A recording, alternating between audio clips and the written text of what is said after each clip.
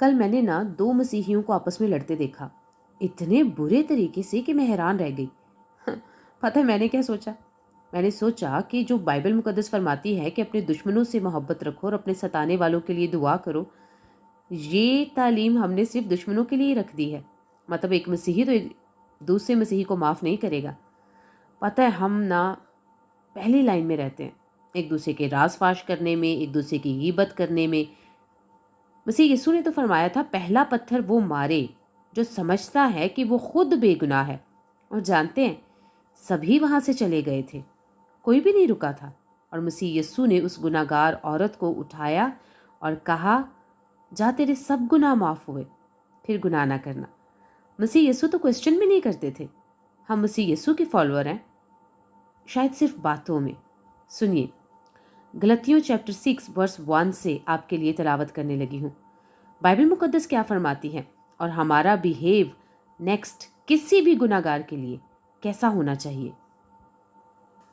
चलिए सीखते हैं, क्योंकि गुनाह तो हम सब करते हैं। हाँ, हमारे गुनाह की टाइप डिफरेंट हो सकती है।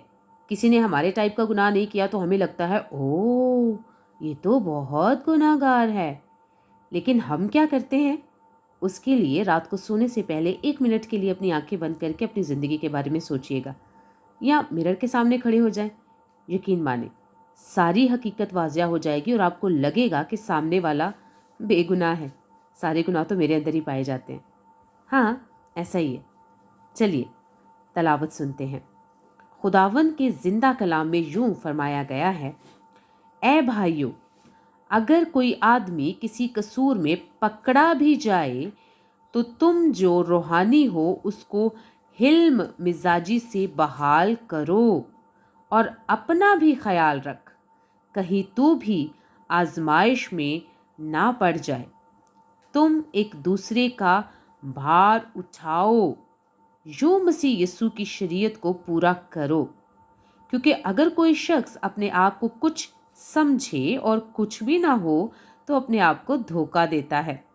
बस हर शख्स अपने ही काम को आजमा ले, इस सूरत में उसे अपनी ही बाबत फख्र करने का मौका होगा, ना कि दूसरे की बाबत, क्योंकि हर शख्स अपना ही बोझ उठाएगा। आमीन, प्रेज लॉर्ड।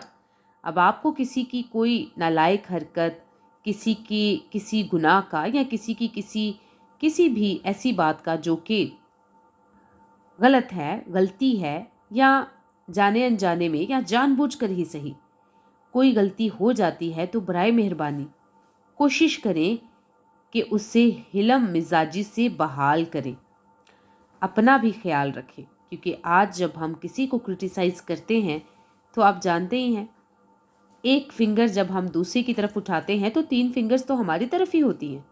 बस हमें समझने की ज़रूरत है। खुदा के कलाम को पढ़ें, खुदा के कलाम पर अमल करने की कोशिश करें। चाहे डेली की एक ही वर्स पढ़ें, फिर एक ही वर्स पर अमल करने की कोशिश करें। रूल कुदस की मदद हासिल करें। खुदावंद आप सबको बरकत दे। और बाइबल मुकद्दस फरमाती है कि हर एक के साथ नेकी करो, ख़ास तौर पर अहले ईमान के साथ। ये वर्स भी आप देख सकते हैं, गलतियों चैप्टर 6 वर्स 10। बस जहाँ तक मौका मिले सबके साथ नेकी करें, ख़ास कर अहले ईमान के साथ।